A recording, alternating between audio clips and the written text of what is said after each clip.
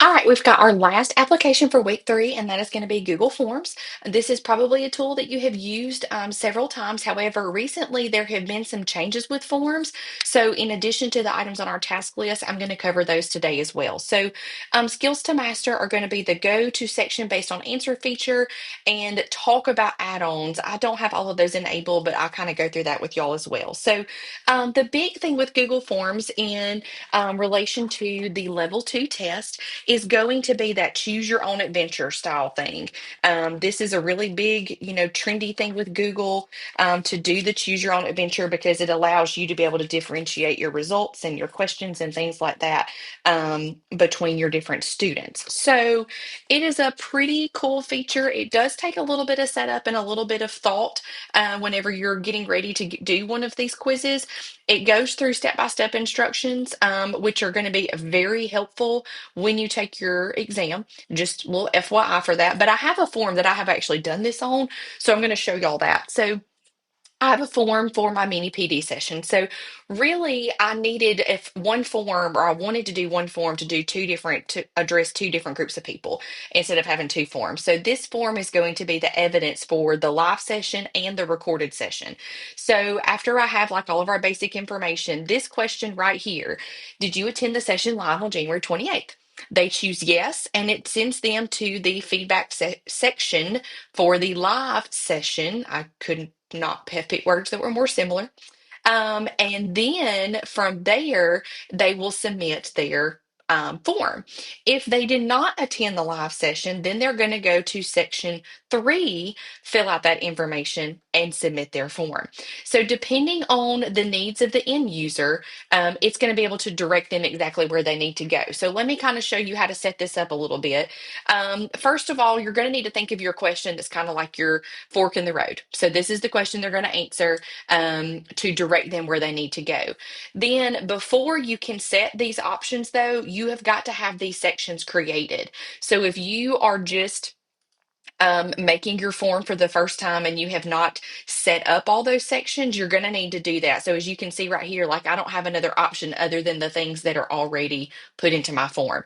So go ahead and be thinking about, okay, if they answer yes, then they're going to go to section 2. You could just do a header for now and then go back and do your questions later. And then if they answer no, I need to add a new section, section 3. This is from the recorded session.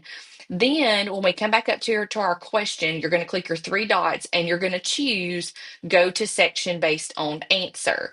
And so then here is where you can click, okay, they're going to go to section 2 or they're going to go to section 3. So I'm going to go through the form in preview mode just so you kind of see what it does. So remember, I have 3 total sections in my form. I have my basic information, I have my presenter feedback for the live session, and my presenter evaluation from the recorded session. So I'm just going to click in preview mode real quick. I'm just going to type in a few things to get to my point.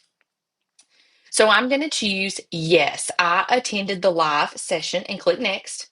So this is my presenter feedback for the live session. It is not numbered, so they do not know that they have skipped sections, I'm sorry. And I just have this verification question. I like to put that at the very end that we have attended the live session. And then when they hit next, it is going to submit to finish. I can't do that in preview mode, but then they're done. Let me clear the form, cancel, clear the form to go back. If they're wanting to do the feedback for the recorded session, just going to click through these again. No, I did not attend the live session. Now I'm going to that, what would have been section number 3 on my form, and they would verify that they did this, and then they would click submit. So in my setup, I gave them, I gave my form an option based on their answer. So again, this is going to allow you to kind of differentiate instruction between your students. Another way that you could set this up, I'm going to leave that presentation, is, when they're answering, if you want to kind of assess their knowledge, if they answer a question correctly, then they can move on to a section that is, going to a different skill or an advanced option. If they answered incorrectly, you could route them to a section that is going to have some remedial questions or similar questions for them to get some extra practice. So that's a great way to use this in an academic setting. A couple of like housekeeping things about forms. I want to point your attention up here to the top. This is a new toolbar that they have added. One thing right here, this is pretty, self-explanatory. Published. You obviously you know that if it's published, that means it's going to be viewable.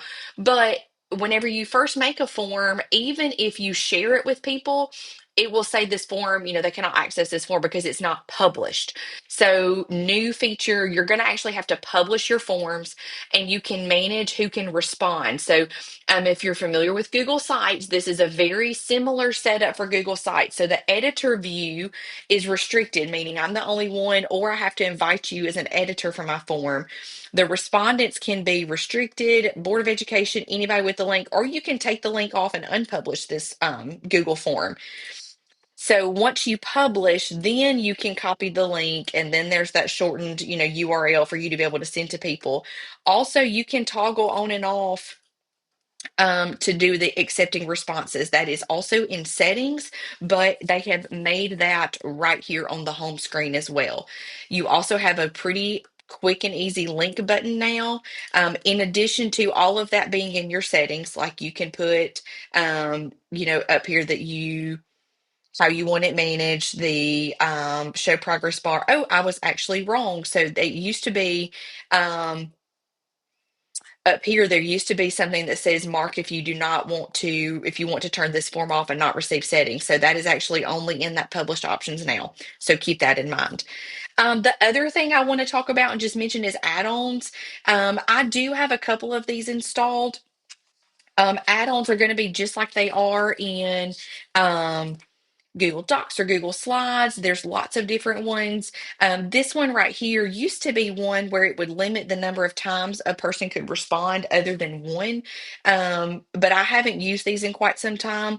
I just typically don't get that fancy with my forms. The go to section based on answer is about it. So there is step-by-step directions on the slide deck for you to try on your own. So I encourage you to try to set that up for, either a class or parents or something like that.